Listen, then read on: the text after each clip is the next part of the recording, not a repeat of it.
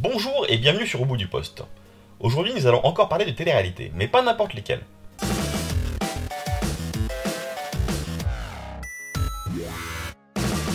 En France, il y a beaucoup d'émissions où le principe est juste de suivre la vie quotidienne d'un groupe de personnes. C'est le cas par exemple des Ch'tis ou encore des Marseillais lorsqu'ils vont à Mykonos ou aux États-Unis. TLC, une chaîne américaine, a décidé de lancer un programme qui suit la vie d'un groupe d'Amish.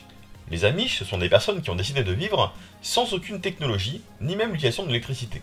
Les Amish vivent donc en dehors de leur temps, et cela a été montré dans de nombreuses séries télé, émissions et même clips musicaux.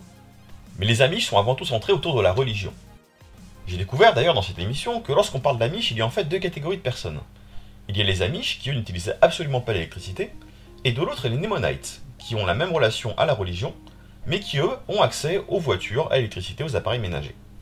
L'émission dont je vous parle s'appelle Breaking Amish. Le principe de l'émission est de suivre la vie d'un groupe d'Amish qui souhaitent quitter leur communauté, ou voir du moins comment est le monde extérieur. Dans la première saison, ils vont donc se retrouver en plein cœur de Manhattan, à New York. L'émission va leur continuer à montrer les deux côtés. D'une part, leur vie à New York et la découverte du monde moderne, et de l'autre, la vision de leurs parents, de leur famille, qui eux restent Amish. Les premiers épisodes sont vraiment dédiés à la vie d'Amish et leur décision de quitter cette communauté.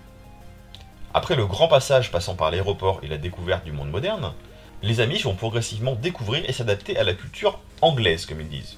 Il faut savoir que les Amish, non pas les Nemonites, parlent principalement en allemand entre eux, et ils désignent par le terme anglais les personnes habillées normalement. Ils vont alors pouvoir totalement se libérer des contraintes imposées par leur communauté. En effet, être Amish impose une forte appartenance à la religion, notamment la notion du couple et l'importance du mariage. À l'issue de cette première saison, il y a eu une seconde émission où le cas s'est de nouveau retrouvé, pour faire le point un an après. Une vraie seconde saison a ensuite été formée, avec un nouveau cast, qui est parti à Los Angeles. Il y a beaucoup de similitudes avec l'émission française des Ch'tis ou des Marseillais. L'une des candidates est notamment devenue mannequin. Mais lorsqu'on regarde un peu plus, de nombreuses rumeurs pensent à croire que l'émission est truquée, et que plusieurs candidats aient en fait déjà quitté la communauté Amish depuis très longtemps. Apparemment, il y a des gens qui aiment ces émissions, puisque cela fait un carton sur TF1 et M6. Donc si jamais ça vous intéresse, je vous conseille de regarder aussi Breaking Amish et de voir un autre côté de ce type d'émission.